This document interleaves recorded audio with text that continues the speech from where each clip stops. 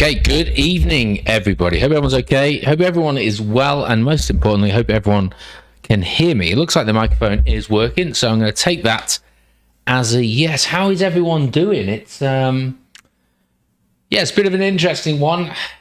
As I just put in the comments there, it's been a while since we've had a Tuesday reversal. It used to be absolutely common, but things going on over in the Middle East, potentially unsettling investors at the moment. Bitcoin is not going to be immune to any risk on or slight risk off movements in the market, and we are seeing some movement today. I'm not really going to dwell on what's going on in the Middle East, mainly because whilst I'm sort of aware of what's going on, I'm not aware in mass detail. Things seem to be changing quite fluidly. So let's just put that to one side. We know it's happening. We know the market's spooked. And if you've only got 2 minutes that you can enjoy of this call, then, spoiler alert, buying when the market is fearful has never been a bad idea. So bear that one in mind. We are going to go through a tiny bit of news. Have a look at one of the questions that someone sent me, which actually is kind of the topic of what we're going to end up talking about the 4-year cycle. Whether or not actually following the 4-year cycle is a good thing, whether or not the 4-year cycle is broken, and what that might mean if it is. So we'll have a look at that. We'll go into some other questions that have been asked to me. We're going to hit Bitcoin's price. We're going to have a look at altcoins, particularly BitTensor, some other ones, see which ones are faring up well compared to others. And then, as always, if you've got any comments or questions, feel free to drop them in the chat. I will constantly have a look at those, and we'll see where we're going. But let's just jump straight in. So here we are, charts that we've always seen. I tell you what, these lines that we've been drawing, or we've drawn in the past, have worked out quite well. 3-day time, that's on the daily actually. Let me put on the 3-day time frame. I never normally have it on the daily. 3-day time frame for Bitcoin, and we can kind of see that we're just, since making that all-time high back in May, we're kind of just forming, a bit. Well, you could argue it's a bullish rectangle. You could argue it's potentially a double top, and we just need to be patient to see where that is. But if we're looking at the actual lines that we've drawn, that sort of 107 level line worked out quite well, particularly when we're looking at it on the daily. And then again, if you don't have too long to stay within there, I think right now one of the Gandalf lines we really are looking at is about 102. 3-day time frame, and a lot of other things sort of tie in with that a little bit later on. Maybe we spike below it there, but previously, whenever we've gone down to that level, we've seen a good reaction in the short-term history, I should add. So that's where I would be looking over on the 3-day time frame. Let's have a look at some of the other ones. Bitcoin dominance starting to creep back up again, nearly at 65%. Yes, does feel that we've got some sort of rising channel compression, however you want to draw that one. I'm not giving in just yet on Bitcoin dominance. I still think that is the play for the majority of the market at the moment. I think Bitcoin dominance will continue to rise, and I would be delighted to be proved wrong there, because I still hold altcoins at the same time, and it'd be nice to see those bags move north for once. Total 2 is still not looking great. That's the well, it's not a Gandalf line there, because we're actually trying to break above it. I don't know what that would be. Can't think off the top of my head.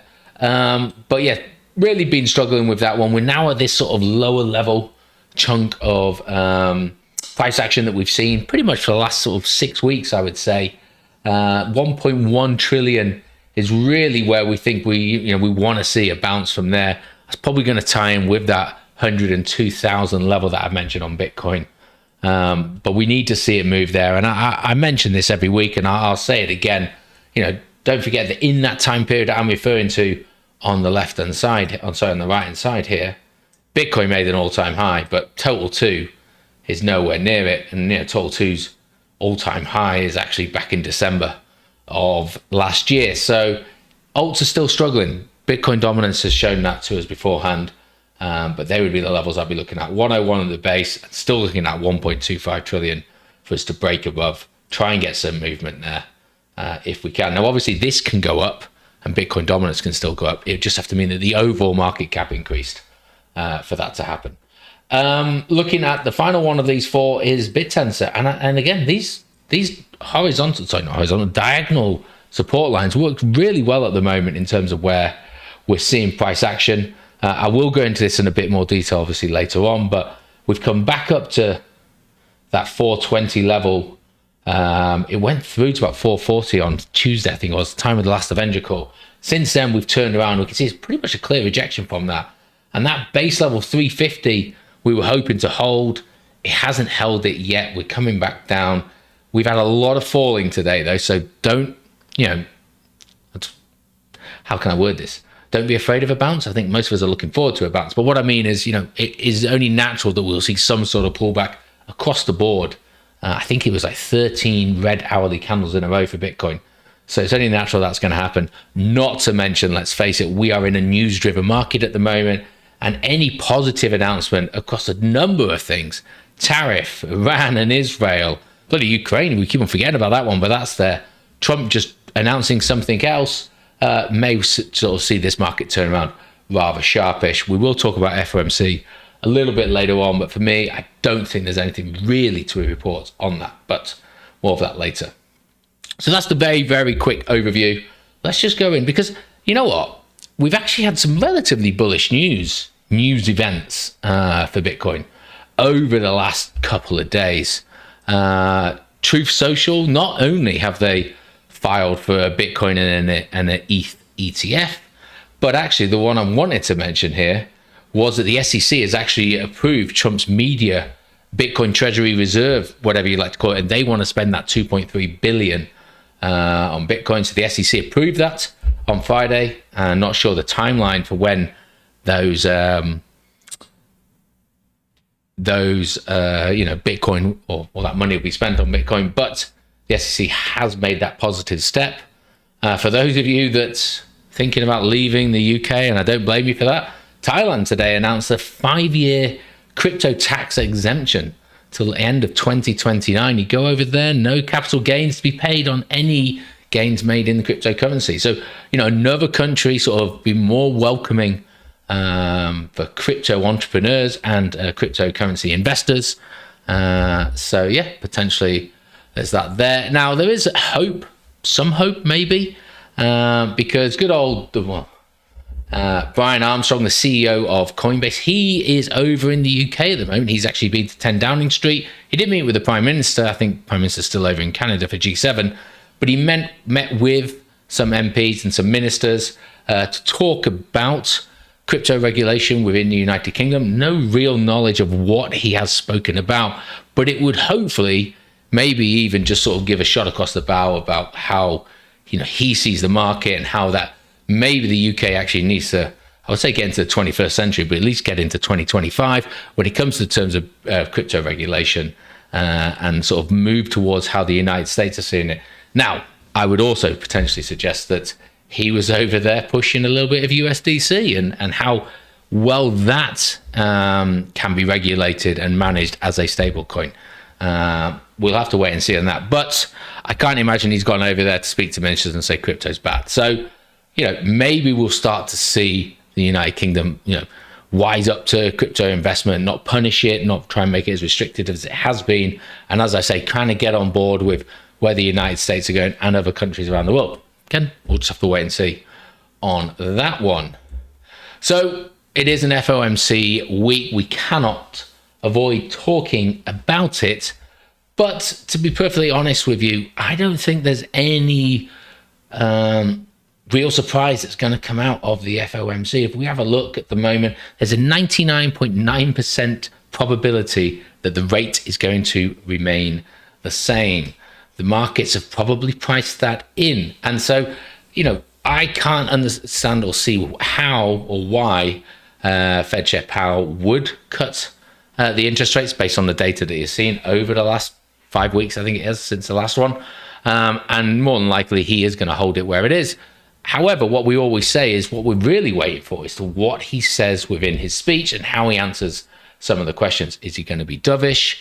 As in, is he going to be positive for the future? Is he going to be hawkish and try and scare us for where we go within the future? And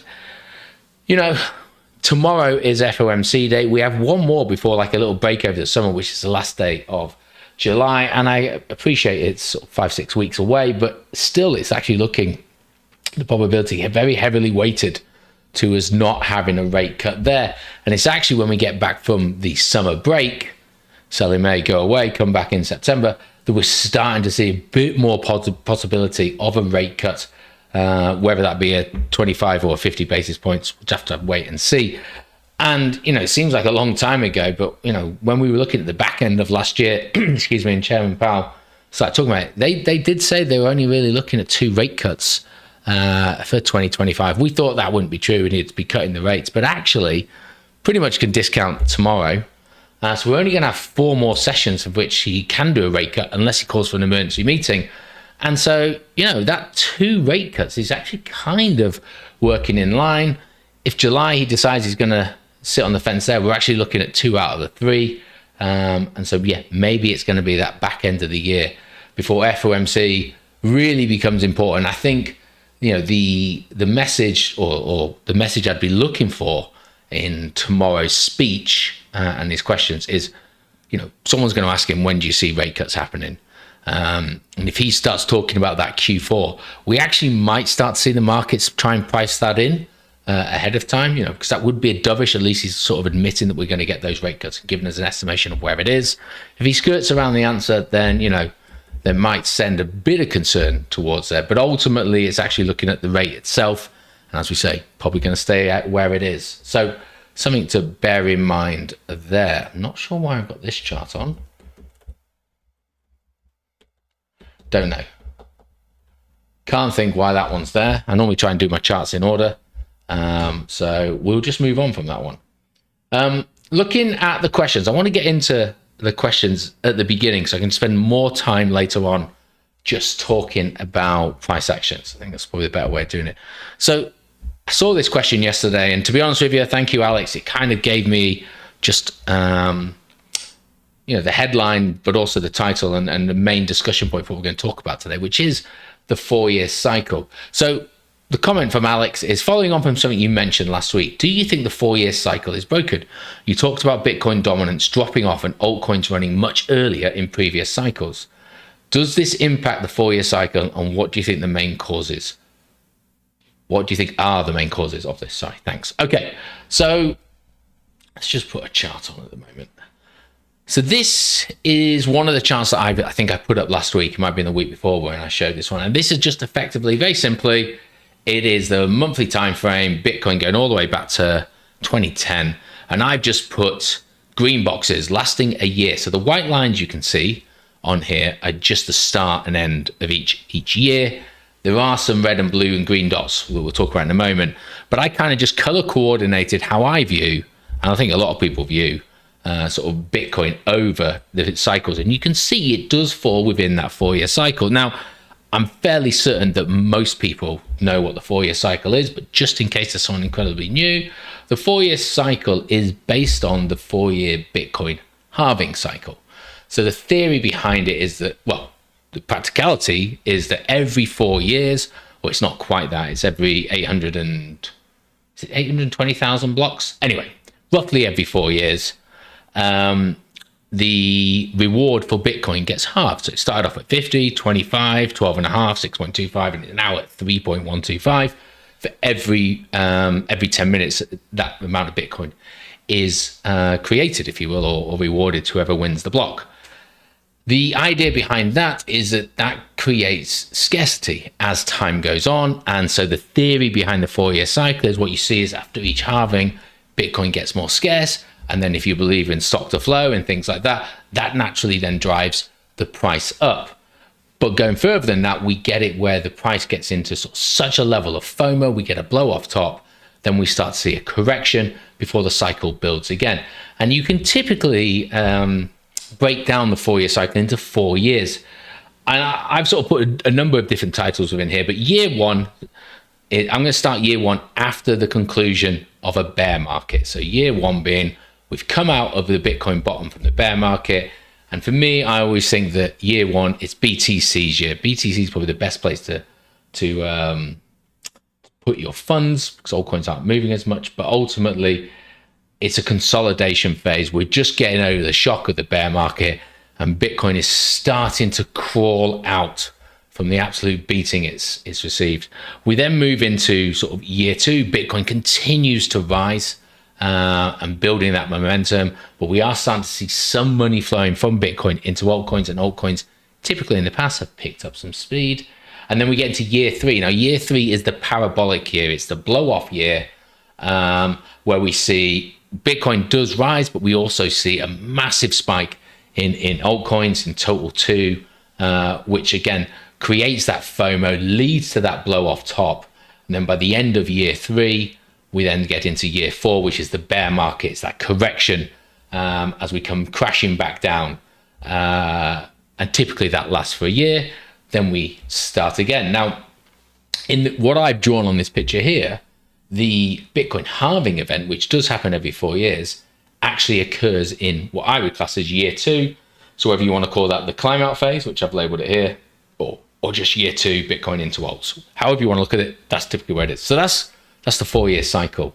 Going back to the question, because I've kind of forgotten it. Do you think the 4-year cycle is broken? You talked about it dropping off. Okay, so this is what it looks like here, but let's just look at it a bit cleaner. This is just the same, a similar chart, goes all the way back to 2011. Taken the candles off, just turned it into a line. And then what I've done is I've just the red dotted lines that run through are the halving dates. Now this is on the weekly time frame, so it's not exactly on the halving dates, the 28th of November in 2012, and it was the 18th, 19th of April in 2024, but it's close enough. And we can kind of just sort of get a feel, you've probably seen this on a logarithmic chart as well. I mean, if we put it on a linear, flat line for the first couple of years.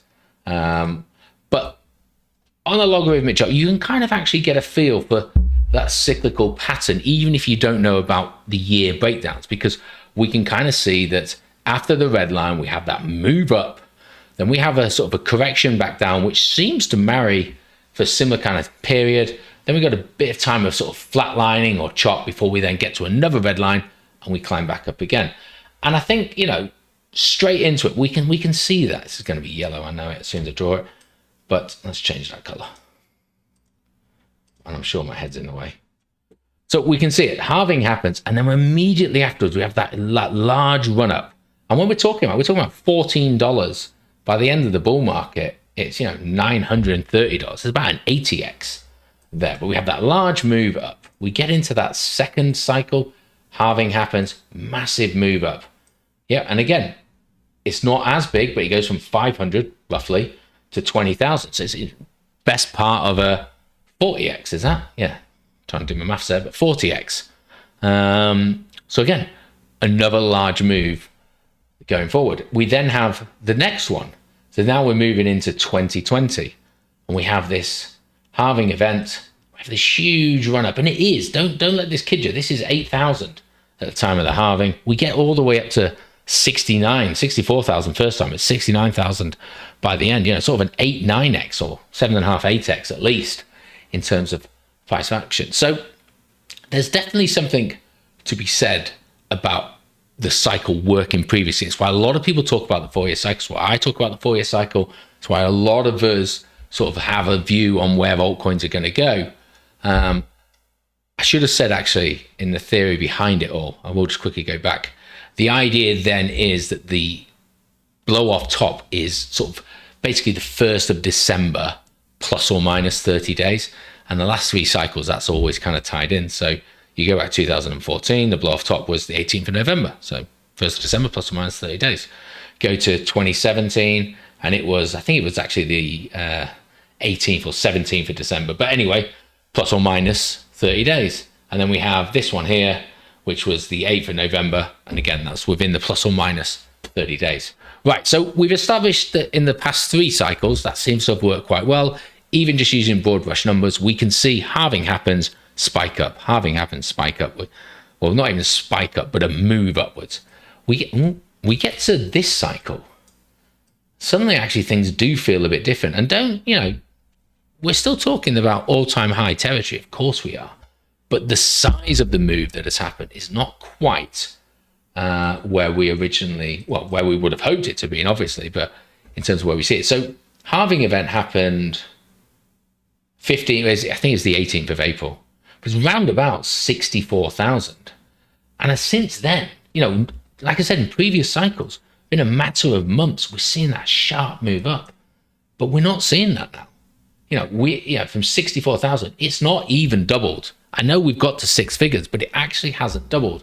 And so the argument could be said, well, wait a second, what's holding up? Because, it's been over 12 months since the halving. We're getting close to 15 months now since the halving. And as I said to you, there's only kind of about 18 months to 2 years since, previous cycles where the halving event happens to the blow off top. We've kind of treaded water.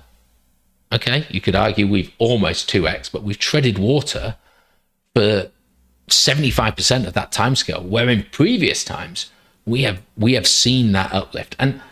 And that's where I get the argument that maybe this time, I hear it every 4-year cycle, this time it's different. Maybe actually this time there is something different about it. Maybe there is something that is holding the 4-year cycle back, and we're not going to see the outcome from that. Now, if we go on to some other charts, Glassnode gives you another sort of good view of how this sort of works out.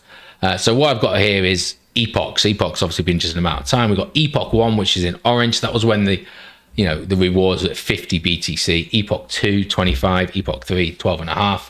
And I've just hidden 4 and 5 at the moment. Epoch 5, which will be black, is this cycle. Epoch 4 is the 2021. Epoch 3 is 2017. You get where I'm going with that. And this is a price from the halving. So whatever the date of the halving was, so sort of how it goes through the cycle to effectively the next halving. The scale of the dates at the bottom is all messed up because it's based off the halving time on Epoch 4. But this is a daily chart. These do correlate across. We're just looking at the way the patterns have moved. And you've got, well, let's just get rid of the others so we can see it. So we've got that move up, that strong move up we talked about from the first epoch. Second one, again, let's just hide this. You've got that strong move up that we've talked about. It's a similar kind of thing. They've both been moving up. We both have that crash. We have that consolidation period. And then we start to have that rise out. And then we get the halving. You move into epoch 3. Let's just hide those. Similar halving event, moves up. Then we have the crash. You remember this one. Bear market through 2018. Crash at the end of 2018. And then off we go to sort of recover back through. And we can kind of see that building. Epoch 4, it's similar. It's just now each time the amount of returns we're getting is less. Remember, we were talking about an 80x and then a 40x and then an 8x. But we can still see that move, that strong move up that happens. This one's a bit different because we had some sort of like double top that went through here, but it did get higher in November 2021, despite, my comments on whether or not this should have been the peak. The peak in November 2021 fits with the 4-year cycle, and it was technically a higher. So we can't argue really with that. So now we overlay the rest, and you can see where it is. We bring in Epoch 5. Let me just hide the others first. And this is it. This is this flat line we're talking about. We haven't really seen that move. And, when I start to overlay the others, Epoch 4, that move happened much faster. Epoch 3, again, moving, it's still moving faster. I mean, okay, it took a little bit longer, but it's still gone. This is a good 3-4 months of just sideways action, whereas it's gone through. Epoch 2, obviously it happened faster, slight pullbacks. It was a bit of a weird, we had like early 2013 and then the end of 2013. It's almost like a bit of a double top one there, gone through. And then Epoch 1, which you don't really count because one, halving wasn't quite 4 years. And it was massive sort of price discovery. We're talking 2009 to 2012, really. So, but again, the structure of it, still that rise up from the halving. So we are definitely trailing behind. Something is not quite right here in terms of what we're doing. Now, you can have a look at the stock to flow. I talked about at the beginning, 4-year cycle theories based on that scarcity, the amount of Bitcoin being released, reducing, etc. So that fits with stock to flow models. And the stock to flow by Plan B, that was heralded as the golden indicator of where things were going. But actually, what we can see, previous cycles. So the multicolored line is, if you haven't seen this before, is Bitcoin's price. So you can kind of naturally see sort of the price. I don't think I can hide it yet. You can sort of feel how that goes through there. And then what you got is this color chart is days from halving. Okay. So at a time of a halving, we're 1,400 days away or just over. And then as we get closer, it goes down through the ambers and the yellows, the greens, the blues into the purples the day before. So we kind of get that feel. If we just put everything back on. And what we kind of see is after halvings, yes, okay, it does remain below the sort of, as it's called here, the model or the stock to flow 355 day average, which is this sort of magenta line, I suppose, or rusty maroon line, should I say. It does, stick below, but it never really stays below it or moves far away from that sort of average line. And then as we get towards the end of the peak run, which again in previous cycles has been this sort of light green kind of phase, we're normally well above that before we're seen in the peak. But we get to this cycle, and not only have we remained below it pretty much the entire time since the halving, but as you can see, we're working our way through these colors. And I appreciate when I put my cursor on it, we get this annoying little box. But we're just starting to move into the green, from the amber and the yellow into the green. And as I said, the green is where the blow off happens. So we are less than 200 days away from where previous cycles have seen the market move to that parabolic blowout top. And so this mecha of a chart is potentially suggesting that there's also something wrong there. I won't go through in the model variance kind of things, but even looking at the mean, sort of like below the green line is effectively we're below the average, above the green line we're above the average. Typically that is, times where we're getting towards the peak of the bull. We are above that mean line. We are well below it. Matter of fact, we are almost at the lowest we've ever been. I don't think minus 1.47 all the way back in 2011 when nobody was trading Bitcoin, and we went down to minus 1.43 only a couple of months ago. So we are seeing some moving away from that. Now I know a lot of people don't really buy into stock to flow. Some people actually prefer the power law, and the power law at least keeps us within a range that we have grown accustomed to. But again, I draw your attention to the model price is the orange line. In the time frame that we are currently finding ourselves in terms of each 4-year cycle, we should be well above the model price. Each time we would be here, we would be here, we would be here, we would be here, well above it. Whereas actually all we've done for the past year and a half is either battle the line or we've remained below it. And so we are, again, looking at things like this, potentially suggesting that a 4-year cycle isn't necessarily working the way we've seen it in the past. And just one more chart to show you before we have a look at some analysis here. So this is what we're looking at, others here. So I've got a few charts to have a look at. This is just others market cap. Now, this doesn't go all the way back. I've only got 2016, 2020, and 2024 halvings. I don't have the 2012. The chart didn't exist there because we didn't really have many altcoins back then. But you can kind of see, this is all altcoins outside of the top 10. So a good indication of the altcoin sort of market, which, let's face it, when we get these blow off tops, they're the ones that are moving. If we look at that flow diagram, Bitcoin, Ethereum, large cap, low cap alts, that's where we're looking towards the end of the cycle. So we have these halving events, but yes, there's a dip. We see that, but then we see that sharp move up, and it's slightly delayed to where Bitcoin is because Bitcoin moves first, but we see that move up. We saw it in 2016 through 2017. We saw it in 2020 through 2021, but in 2024, I've not seen it at all. Now I've changed the candle type here because this is I can never pronounce it. The Heikin-Ashi one. So we just got sort of like a bit more of a natural flow to it, smooth these out, but it just gives you a visual representation of what I'm trying to say. But you can see, outside of the top 10, we've just moved sideways in a range. There's been no explosion, which again has typically happened, within a matter of months of the halvings, maybe 6 months maximum. But we are, let's just measure it out. We're well over a year. We're a year and 2 months, 3 months nearly past that, and we've not really seen that move from altcoins. Now, there are potentially a number of reasons of why this might have happened, and I think I've mentioned a few of them. A few of them are summarized in this article. I think the biggest one, and this is the one that I've talked about, is that institutionalization of Bitcoin. So we have the ETFs now. We have mechanisms for large institutional organizations to get their hands on Bitcoin. And they're not buying one or two. They are buying huge swathes of Bitcoin. I didn't look it up, but in the last cycle alone, MicroStrategy have almost doubled, or Strategy now, the amount of Bitcoin they've held.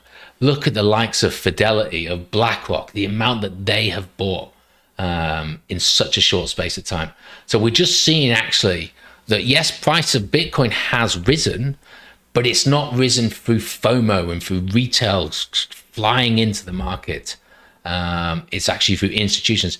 And the institutions, particularly companies, they're not buying it to trade. They're buying it to hold it on their books. And so we're not seeing that sort of like volatility that we've seen in the past, which has again helped encourage leverage trading, which has helped drive the price going up. So that's certainly one thing. It talks about the sovereign nations as well, crypto reserve or Bitcoin national reserves, the likes of El Salvador. I know Pakistan are trying to get on the bandwagon with CZ and a few others. But again, buying large swathes of Bitcoin to hold for a long period of time. We are starting to see regulation coming in. So that's one, it's a good thing, but actually it's also acting as a bit of a choke point for retail in terms of trying to get in and how they can navigate that. The MiCA stuff has impacted the UK as well, even though we're outside of the EU, in terms of what exchanges we can get on and what assets we can buy when we're on those exchanges. So the requirement for exchanges to comply with national regulations has created, although we've needed regulation because we know it's a bit of a cowboy industry, it has created a bit of a choke point for retail. And don't kid yourself, it's retail that drives those parabolic blow-off tops. Market structure evolution, this is, I would agree with this to a certain extent. I think Sam talks about this potentially being the last 4-year cycle. We are just getting more mature. When I got into it in 2017, Bitcoin had only been around 8 years. We're now, 16 years into Bitcoin's journey. We are just getting, a better market structure. We're seeing that volatility and those massive gains, whereas 2012, you're seeing it in the 100x's for Bitcoin. Now we're only 2x since a halving. So that is sort of happening it. Obviously, we've got a lot of concerns from the news point of view, which again may be scaring off retail from coming in. It talks about anticipation as well, that's there. But I think a lot of those things are going to factor into where the 4-year cycle is going. If I just come back, I forgot to go over, did I do another chart here? Yeah, this was others dominance. So again, just with the others dominance.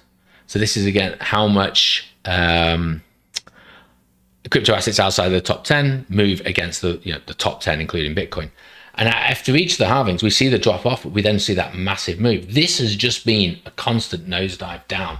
And I just think that retail are just not with us. We've had some occasions of mini alt season, particularly around memes.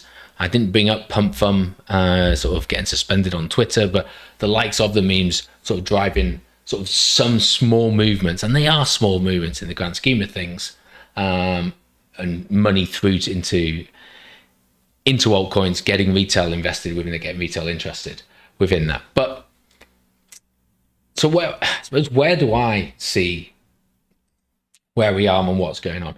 I think for me, what I would say is don't write off Bitcoin, don't write off altcoins just yet in terms of what move they can make. For people that have arrived late in the cycle, for any of you that joined like I did in 2017, back at the back end of the cycle, it was wild how fast things were moving. And I didn't get to benefit from that because it took me so long to get onto an exchange because of chokeholds. But I could see how fast things were moving over such a short period of time. And there's still time within the 4-year cycle for that to happen. So we can't necessarily write it off. It has happened previously. It could well happen again. I am worried about the lack of interest from retail, and I'm very worried about the lack of movement that altcoins have made. But the 4-year cycle isn't really about altcoins. The 4-year cycle was originally just about Bitcoin, and then because retail degens like ourselves move more in altcoins, we've kind of molded that over the last 2 cycles to say, well, there's an extra step here for that money to flow into altcoins, and that's what it's going to see go through. But maybe that's not the case. Maybe we're not going to see that.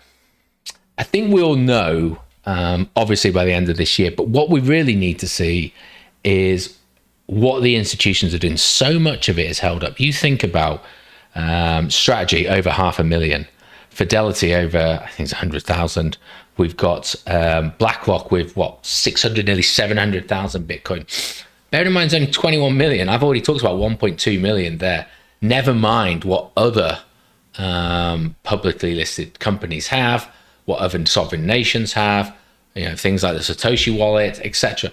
So a lot of these tokens are likely going to be locked up. Now, institutions can still offload them on their books, but probably not as fast as retail would. So definitely something to consider there. I'm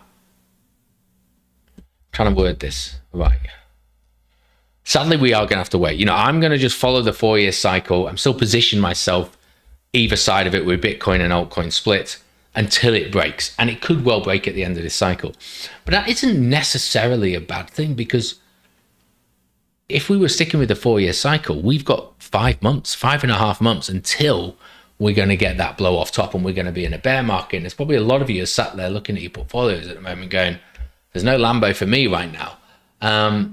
But if we do break the 4-year cycle, if we keep on extending to the right, we get into that uncharted territory of where we potentially are going, things do start moving to the right, it just generally gives us longer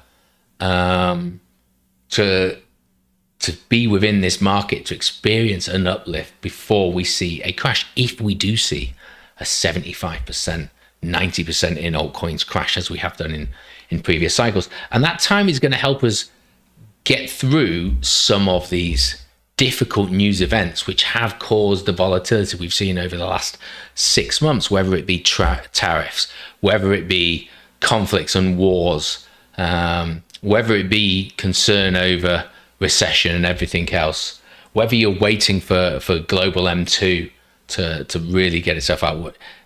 Should the 4-year cycle break and we move to the right, we've got a longer opportunity to benefit, to wait for the likes of interest rates to drop. So if the 4-year cycle is broken, that's not necessarily a bad thing for us. We've just got to do what we've done for the last 3 years, which is just be patient, just roll with it, just move as we see the market's doing, and just adapt any exit plan you've already thought to develop from. And that's it.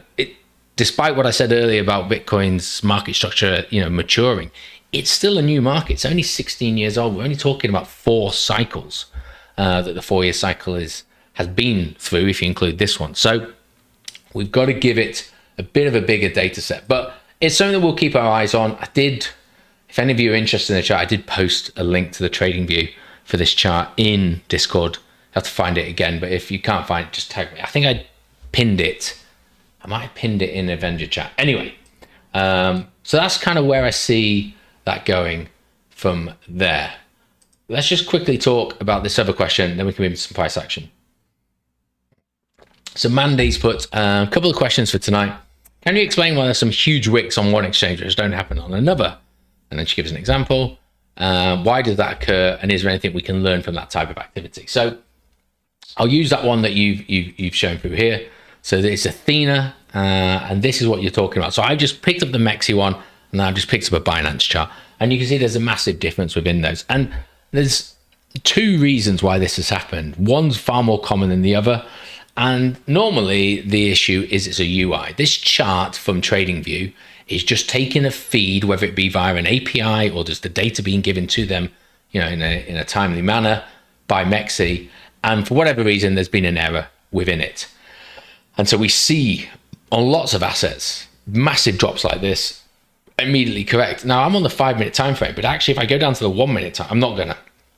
I did go down to the 1-minute time frame, and this was, this is a 1 minute, it says there. This is the 1-minute time frame. Yeah, it is. I don't know why it's highlighted 5. That's because I'm on this one. This is the 1-minute time frame. And you can see that candle wick went from 35 cents down to 0. It goes all the way down. And then back up again within 60 seconds.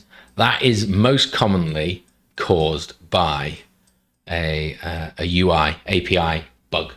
On the other side, you can see Binance, and it's not there. Nothing's happened. Every other chart I looked at, same thing has happened. Nothing had gone on there. That's the most typical most typical. I don't know why I extended on that. Typical view from that. There is another instance in which it occurs, and that's through user error, stupidity. And the most famous one, I can't find at the moment, but Binance US in 2021 dropped from 64,000 down to 8,000 and back up again. But you go on the charts and that has disappeared now. But that wick, it was here. That wick happened. It definitely happened. I've talked about it on these calls before, but they've updated the charts. It's not there right now. But anyway, thankfully, it's happened this way for us.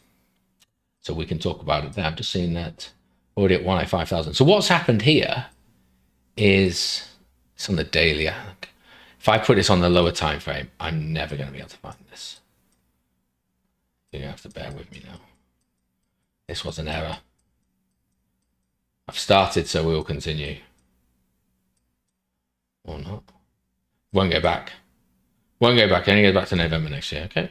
Try that one again.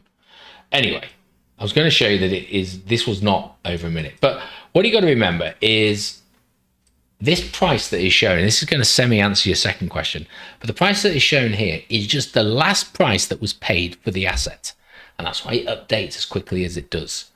And what has likely happened here is someone has gone, oof, I tell you what, I really want to buy some Bitcoin. So they've gone on to Binance US and they've typed in, I'll buy some Bitcoin. For whatever reason, they've typed in 136,000, go, buy. And someone's like, because to buy the Bitcoin, someone has to sell the Bitcoin. Someone's seen in the order book, someone wants to sell a Bitcoin when it should be 29,000. They've accidentally gone and put a 1 in front of it. And someone has filled that order immediately because someone's had the opportunity to sell Bitcoin instead of at 30,000 for 136,000. And so one unlucky person has gone and bought something, and you see this massive spike up. And then it corrects itself back down because no other idiot is buying at that price. Everyone's buying at the normal price. And the next available Bitcoin in the order book is back at the 30,000 level. So it comes back down. And you do see that every so often. This one here could be another UI error. I accept that, but I was just using it as an example where you see it. So unfortunately, it's just user error that could cause it. Now, to get on to the next part of your question, which was, are there different types of crypto exchanges? Those that make money from stop hunting their own customers and those that don't. How do we identify those ones? I'm sorry, but we live in a cynical world where there are two different types of exchanges. You've got exchanges that solely sell spot, and then you've also got exchanges that sell or that do spot and leverage trading. Now, spot, there may be occasions where the order book is filled with customer buys and sells, but also the exchange may look to just sell what they have on their books as well, just to keep the order book flowing through. But in that instance, there's no real drive for moving the price of Bitcoin in a certain direction because it's just whatever is in the order book. Where you start to see market makers and crypto exchanges looking to move price is often, most likely, when we're using leverage trading.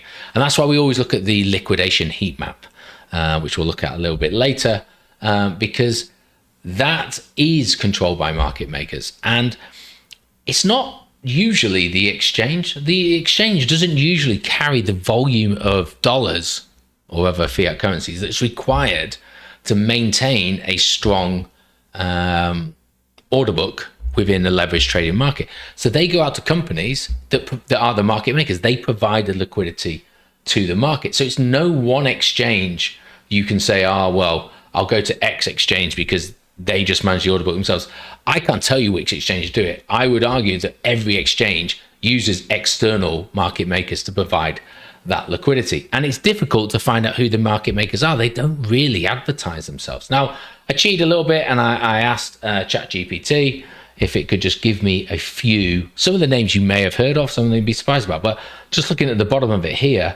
So we've got crypto native powerhouses, they call it. So DWF, Wintermute, GSR, Cumberland, Amber, BS2, C2. Now it goes through DWF's work on hundreds of projects over 60 exchanges, so they're pretty widespread. GSL's been around for a long time. Cumberland, yeah. Wintermute, 2 billion in daily volume they're providing. There's someone else here. Amber Group is over 5 billion in daily market maker and algorithmic trading. So, big whales, big contributors here. They're the ones that are moving the price. And as I've said in many a market maker video, if they get liquidated, they don't lose their position. It's a rigged game. They're helping the casino provide the money. The casino is not going to take it off them when they go the wrong way. And that's what you got to get in your head. So they're not bothered, and I'm getting into market maker theory here. They're not bothered about the price moving in any particular direction. They're just bothered about the volatility.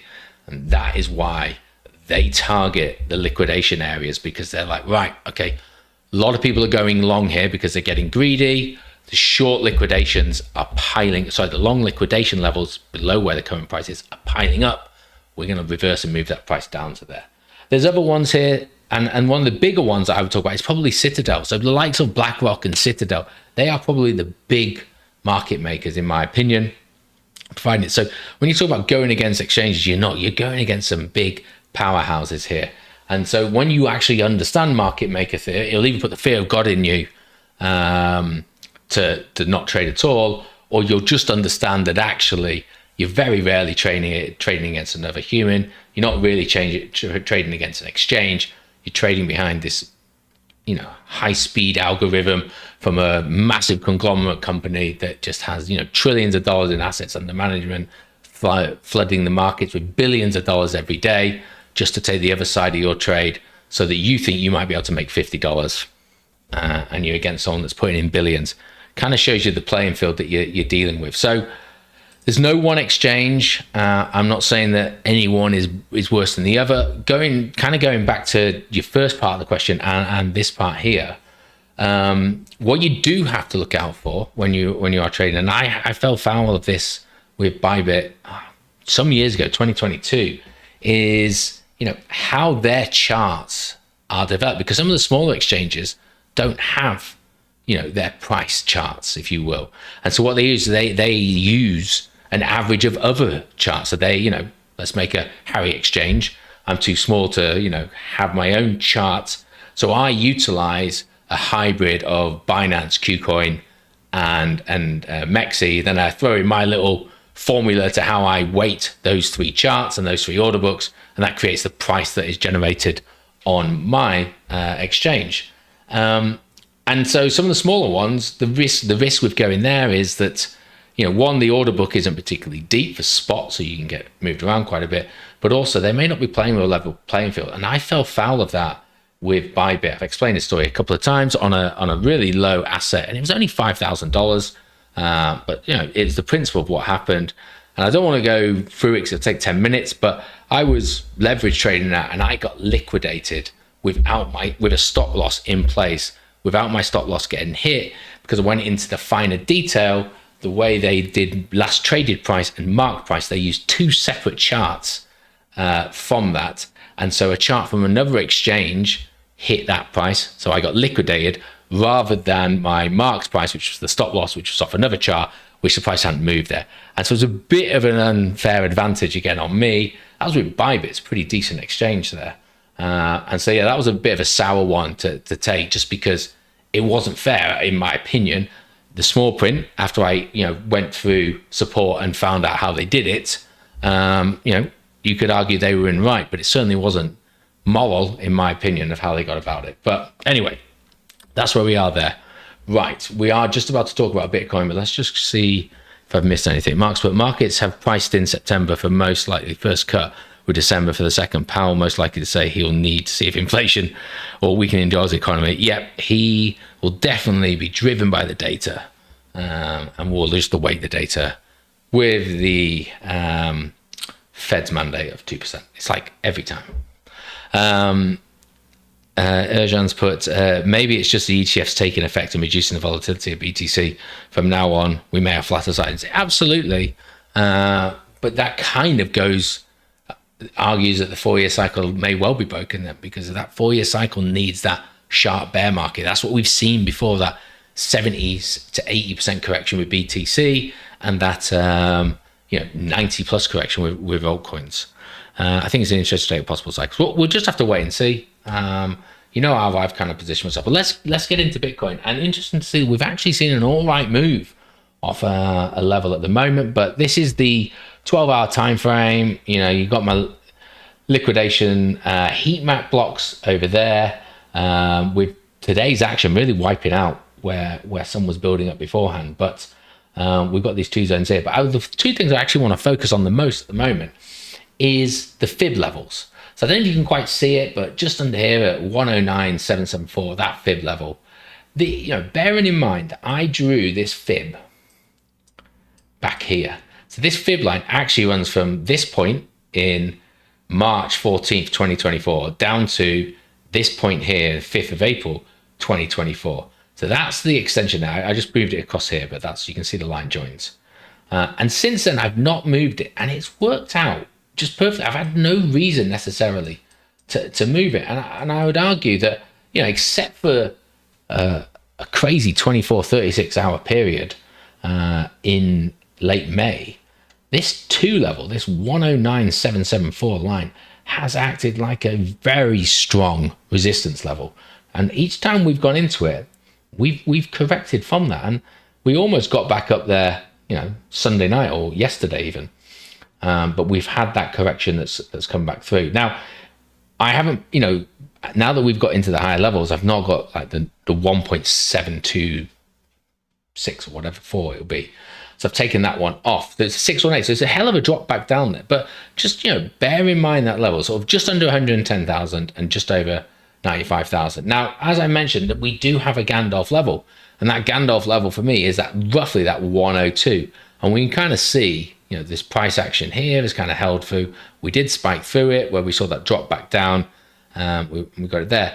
Now we do have a significant amount of long liquidations still within that 101 to 99.3 level. So there's always a chance that we could see the market move back down to that price, spike back down and go through. And whilst, yes, Bitcoin has recovered over $1,000 in the time that I've been speaking, as I mentioned to you, we had 13 red hourly candles in a row. There was going to have to be some relief at some stage. So we're starting to see that maybe we're getting a little bit of a relief rally. It's going to have to be a hell of a bit of a better climb out of here to convince me that it is anything but that. But when we go on to lower time frames with EMAs and vector candles, we'll see what levels it has to get to try and break through that. But for me at the moment, that fib level still acting strong. So even if we were to get up, 110 for me is again, I can't think what it is. It's not the Gandalf line, but it's the other line there. But my actual Gandalf line at the moment, 102,000, we need to hold that. We lose that, we're talking mid-90s. Lowest I can see is going, I'll show you in a second, is going to be around about 87,000 in my opinion. Quickly just go through this. Okay, I don't have today's data, but BlackRock et al., they're not phased by whatever's happening in Iran. They are buying still. They're happy to buy. BlackRock continuing to hoover up over $50 billion spent on Bitcoin in 15 months. Unbelievable. But they're still continuing to buy. I've gone on here. They doesn't look like there's been any selling. We've had a small amount of Bitcoin being moved, at least from Coinbase to BlackRock. Usually indicates a purchase. We'll have to just wait for a couple of hours to just let them iron all of those out. We'll find out exactly where that ends up. But again, Canary in the coal mine, still happy to be down there, still buying. So good to see. This is something that I saw, 97,000. We just talked about a moment. I've seen a couple of people post either on Twitter or this, or send me a link about this news article, which it's worrying when a lot of people start tagging you in it, or you start seeing it everywhere, because you kind of think this is for retail to soak up. But in case some of you haven't seen it, I thought it's worth at least running through it from a TA point of view. Maybe give us some high level TA of where price may go, not in the days that follow, but maybe in the weeks or month, and then we'll start getting on those lower time frames. So where's the best place to start? We'll start reading it down here, and I'll zoom in on the chart in a moment. But in an X post on June 7th, Glassnode, so we're talking about on-chain analytics here, provides an insight on potential Bitcoin price action using short-term holders cost basis model derived from a work of cost price framework. As the name implies, the STH cost basis represents the average purchase price of all coins belonging to short-term holders. So anyone that's bought within the last 155 days. Why is that particularly interesting to us? Because short-term holders are more likely to react first to market volatility, because long-term holders have the stomach to take it in. They've also probably got a much lower entry. It actually goes in here. The STH cost basis is an important metric as it reflects the risk appetite of newer market participants who are typically the most reactive to price change. It's also a strong indicator of the market sentiment with the ability to act as resistance or support depending on price direction. So according to the data, the new STH cost basis is an estimated 97,100. That was on the 7th of June. I think it's about 98,000 now. But that's given us an idea of sort of where the short-term holder average price over the last 155 days is. So it's a figure in our mind, and we're like, okay, well, we were looking at 99.3, so 98.3 at the moment. Might be slightly high because I've had to eyeball it. That's bottom of that liquidity level at the moment, which is interesting. We're talking about where price action may end up driving down towards.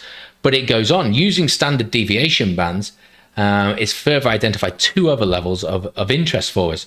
So 114,800 and then 83,200 are those two levels of interest for us.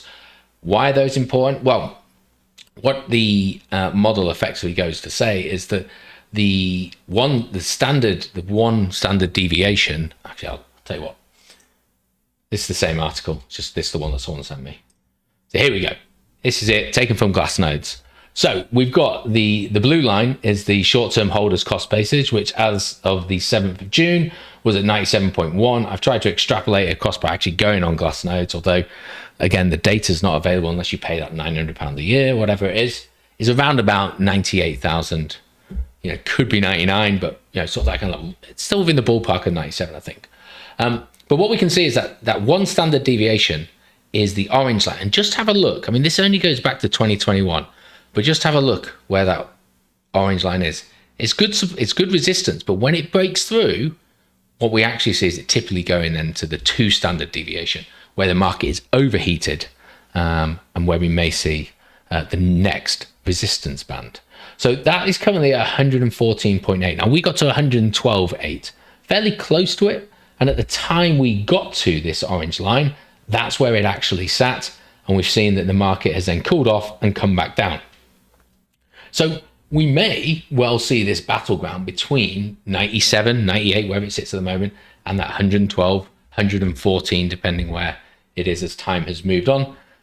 Battleground between there. Now, that -1 standard deviation, also very interesting because it has played a significant part in price action going through. We have obviously dropped below it. I accept it doesn't hold it well.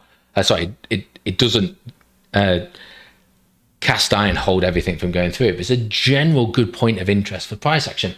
We saw that in April, through March and April, with it sort of when we crashed back down to 80,000, 70 odd thousand down here. We've seen that recovery come back through. But the point that I'm actually trying to make from this is if we can break through that $114,000, $115,000 standard deviation line, the next level that we may end up seeing is around about 140, 150,000 on that red level. And previous bull market, I mean, I've only got that one to go through. And again, I'm not talking about 4-year cycle theory here. I'm now talking about a lot of the on-chain analytics suggesting that April high was the height. When we've got to that, it's kind of marked the top. We have certainly seen that as a level of resistance, the market reacting and correcting from that one. So we're not heated at the moment because we haven't quite got to one standard deviation. We're on our way to heated. We're not cooled, but that 83, 84,000 kind of level could be where we're at. And again, bear those numbers in mind for when we talk about things a little bit later on. But I think the point from that is actually where maybe we see it coming. If we can get through that, through the summer, maybe into Q3, Q4, 140,000, 150,000. Now, that might not be the level that we all want in terms of the top of the Bitcoin market. But if we're thinking about timeframes of 4-year cycle, how long it's going to take us to potentially get there, what may happen when we get there, we may have to be ready for that's what we've got to accept to do. Now, there are plenty of other things that we can look at to see where the bull market's going. And the biggest one, of course, is the 50 EMA on the weekly time frame. It has held us in the bull market, in every bull market. We only really dip below it and stay below it in bear markets. And that happened back down in May. And as we can see at the moment, currently sitting around about 86,000. So close to that cooled level of standard deviation, getting close to that 87,000 level, I think is maybe the lowest we go if we do start to see the markets fall away. So yeah, definitely want to bear that one in mind. Now, let's get onto a lower, well, get onto the lower time frame, the dailies, and we'll go down through. And we can kind of see, well, this is what we've got at the moment. We've talked about these rise counts in the past. We've talked about potential W formations down here, and then rises up 1, 2, potentially 3. And the question at the moment, and this is where I need my colors back in yellow, is whether or not we're actually seeing some form of M formation here or not. And again, we just have to wait for that one to potentially play out. What we do have in our advantage at the moment is the 50 EMA on the daily. It is a force to be reckoned with. We've seen ourselves come back down here early June. We saw ourselves last week test it at the moment, and today we have hit the 50 EMA again. We have seen bounces from that, maybe not strong bounces, but bounces from it. So again, talking about that rest point at the moment, it was only Sunday night we were at 109,000. We find ourselves, actually that was early hours of Monday morning. We find ourselves now all the way down at 103 or 104 if we're sitting there. So, respite may be where things are coming from. We have got these vector zones here. They don't, when we talked last time about vector zones being recovered, on the daily, these can get left behind and not touched for some time. So definitely something to consider. But what we can see, at least with one of these vector zones of interest, has to be down here, this vector candle, 97.7, again, tying back in with that standard deviation, the cooled off kind of level. Sorry, that is actually the short-term holder level. Maybe we start to see a wick down there or breakdown. If we do get below the 50 EMA, we come down, potentially close this zone here. What we've got to be working out for is what happens when we come back up. Can we get back through it? Or is it going to just be a Kobo? We're starting to see that come back down. And we've got to accept at the moment, once I can get there, get rid of that one as well, if I can. Right now, we've had these moves up, but we are making lower high after lower high. Okay, and we're making, since there, lower low. Oh, this would be the low. Lower low there. So we need to see where this price goes. A break in a loss of 100,000, we're putting in another low, which could suggest a short-term trend reversal, which I accept, and I know I'm throwing a lot of stuff at you at the moment, and I apologize for that. I accept that there could be some sort of channel down here. Absolutely fine. We'll take that. We can ride through it. There's some volatility for us to play through, and then maybe we see that go like that. Fair enough, okay? But it's just something for us to bear in mind. That double top level for me is if we lose that, let's say 100 level, really it's about 101, and we can't reclaim it, then maybe we are talking about a double top M formation, where we're starting to have to think about the recounts of where that is going. One final thing just on the daily, which will probably show up good on the 4 hour, but we'll start it on the daily, is let's just draw that fib level. So we've got there to there. And just have a look at somewhere where these fib lines are lining up. 102,000, which is the top of that vector zone, just below the 50 EMA. And then the 382 is 97,000 there, give or take. Again, just encompassing all of that vector candle there. And then look, the 0.5 and the 618, we're looking at 92,000 and then 88,000. We were talking about 87, 88 being that sort of one negative standard deviation away, which also takes into this vector zone here. So that's going to tie in with the 50 EMA 2 on the weekly. So these are certainly levels that you might want to consider, mark off on your chart, and just have an understanding of what you're going to do. Of course, if we do get down to 87, that's an if, I'm not trying to throw shade.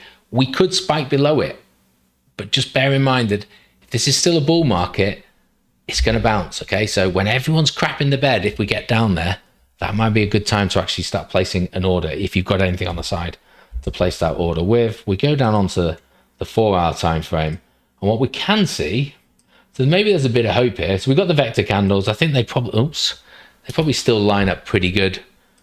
We could actually bring this one down a little bit. I know you can't see it because I'm in the way, but the top lines up kind of nicely. And we've still got these zones 87, 91.5 now, and 96. So kind of tying in there. What we can see, let's zoom in a bit closer on the 4 hour, because now we are starting to talk about vector candle recoveries and just that volatility that's generally caused from us. If this is a bounce, we've got some pretty nice targets to aim at. I mean, the most obvious is the one right next to us at the moment, which is sort of, 105.67. And then we've got this vector candle up here, which is at 108. And then if we're even luckier, at 110 up there. So we've got some zones that we can see that bounce come towards. Given that we've struggled to make highs, new highs, maybe we only see it get to there. We've got to play on the 4 hour. We've got to remind ourselves 200s above us, 10, 20, and 50 all above us. It's going to be, it's going to be a lot of work to get through that.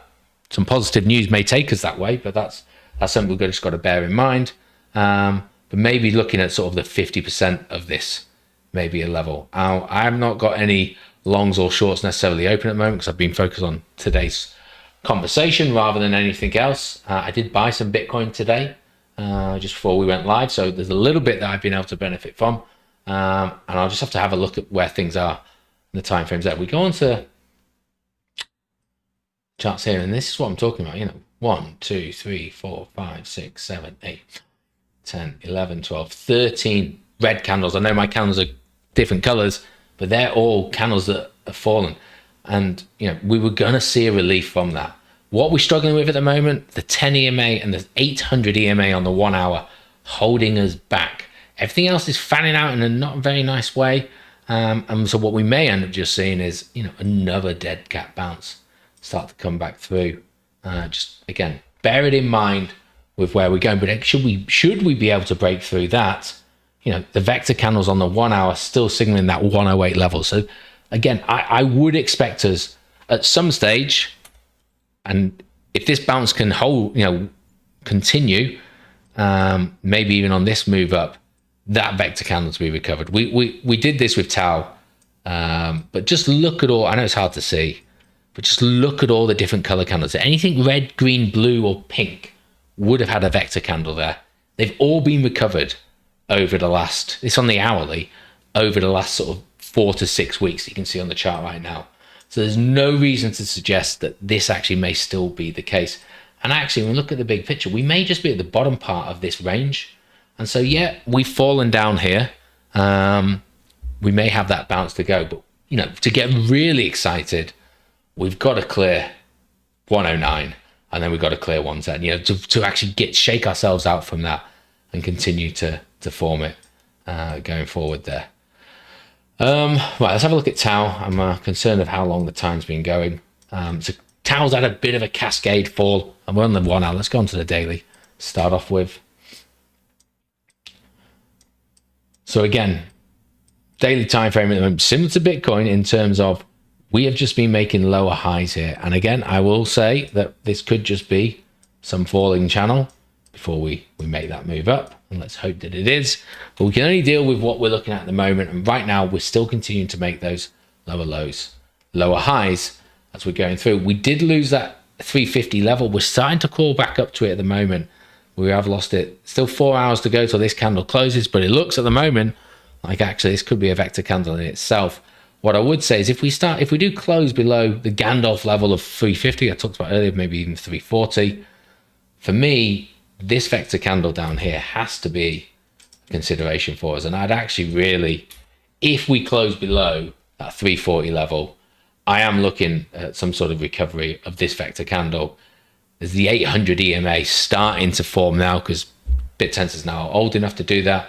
But to be honest with you, if we suddenly start getting down there, a spike below closing this one, fine.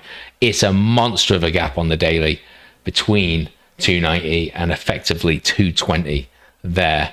We really need to hope that actually there's some levels that can find support.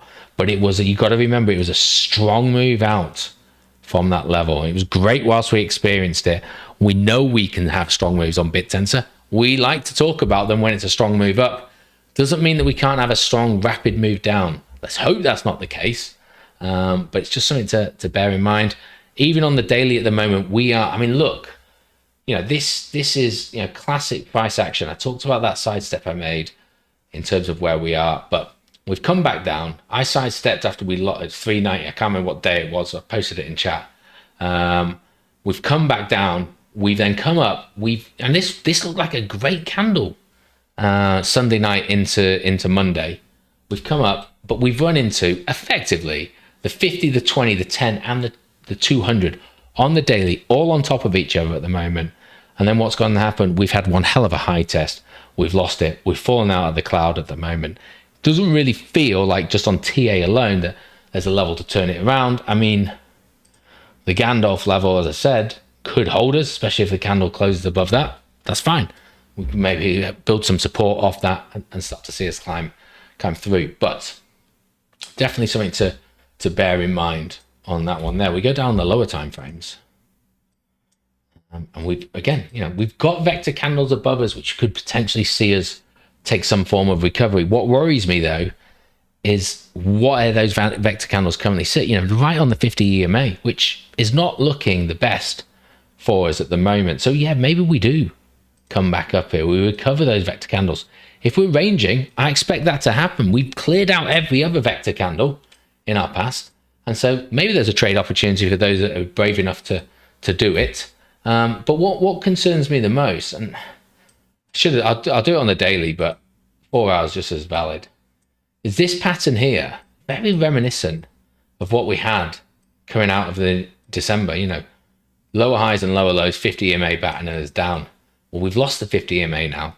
Could well bat us down. When we lose it, we struggle to get back above it, this market at the moment. And in the 4 hour, we have lost it. We've seen some breaches above it, but we've been brought back down. So we've definitely got to bear that in mind. I don't want that to be, I do because I'm still sidestepped. So of course I want it to get lower than I can for that. But I do want to start positioning myself in. Would I prefer to have done it at 330 if the price moves from here? Yeah, of course I would. But we're preparing what we're preparing today. It is what it is. What I see in front of me though would suggest that I can probably ride that all the way back up to 380 if I had to, and just wait to see what it did at the 50 EMA and just get back in at break even. But yeah, there is a nice juicy vector candle there to be covered. But of course, there's two vector candles right here, which again, could also be very attractive for us. And it's not just bit tensor. Near looking diabolical. We're losing local support. We've not been this low since April, really.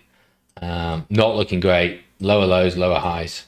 Link, not looking great either. Let's put it on the daily. I suppose we are getting to at least some form of support, but still generally struggling. Memes are doing all right. So SPX, probably one of the saviors for me at the moment. Been doing really well. I've sort of been looking at the 20 EMA, how this is going up. I may have to just sidestep if we lose that, because I think, there's a nice move down to the 50 EMA if we do lose it for some sort of correction. It's had a nice move up for those of you that have been in memes. Fartcoin's been kind of similar, really, in doing that. But something to bear in mind. One thing I do want to talk about, though, is Ethereum, because actually, of all of them, and I give Ethereum the most crap, it's actually looking all right. It's kind of turned into a bit of a stable coin. It's not reacted as badly as others have. We're just under 1%. Bitcoin's fallen 2 at the moment. It was at 3.5 earlier. But Ethereum's actually been able to hold itself, come back down to the 50 EMA. The 50 EMA lying in with this move that we've had from 4,000 down to 1,400 that we saw beginning of April. We're at the halfway mark at that 2,400. We found a good support because 50 EMA is there as well. 200 with the right side of the 800, the 200 and the 50 as things currently stand at the moment. This all on the daily. Okay, I will accept that 2730, the 618 level on the Fibonacci, is pretty much our box, isn't it? The 0.5 to the 618. You could have thought I'd just drawn those as our bullish rectangle. But it's looking all right. We don't want to see a Bart Simpson. That's what we definitely don't want to see, because that's going to be a pretty sudden move back down. Daily time frames, but we've got vectors either side.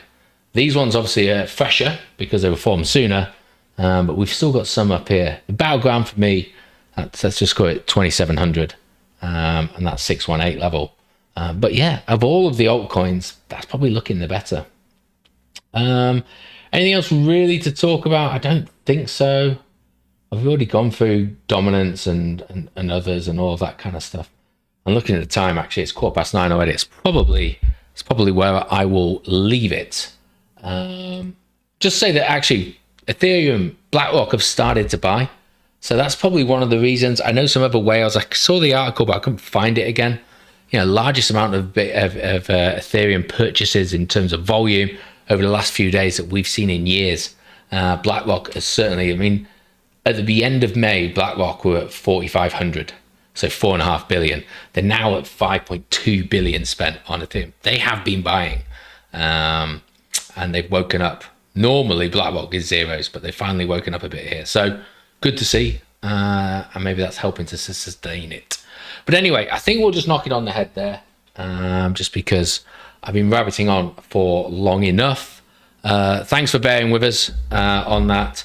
I appreciate 4-year cycle. I'm still sticking with it. As I say, I just monitor it. I mean, I do this every day looking at the charts, so it doesn't necessarily matter. It's worked well for us in the past, and there's still some hope that it may pay off.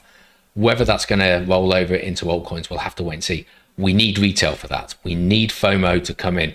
We need price. I mean, Bitcoin's price, I should have done with the chart, but Bitcoin's price gets up to 130,000. I think retail will FOMO in. They will be like, wow, we're missing out on this. I was actually at a barbecue this weekend, and 2 people were asking me about whether it was worth buying Bitcoin. So maybe we're starting to get there. We'll have to wait and see.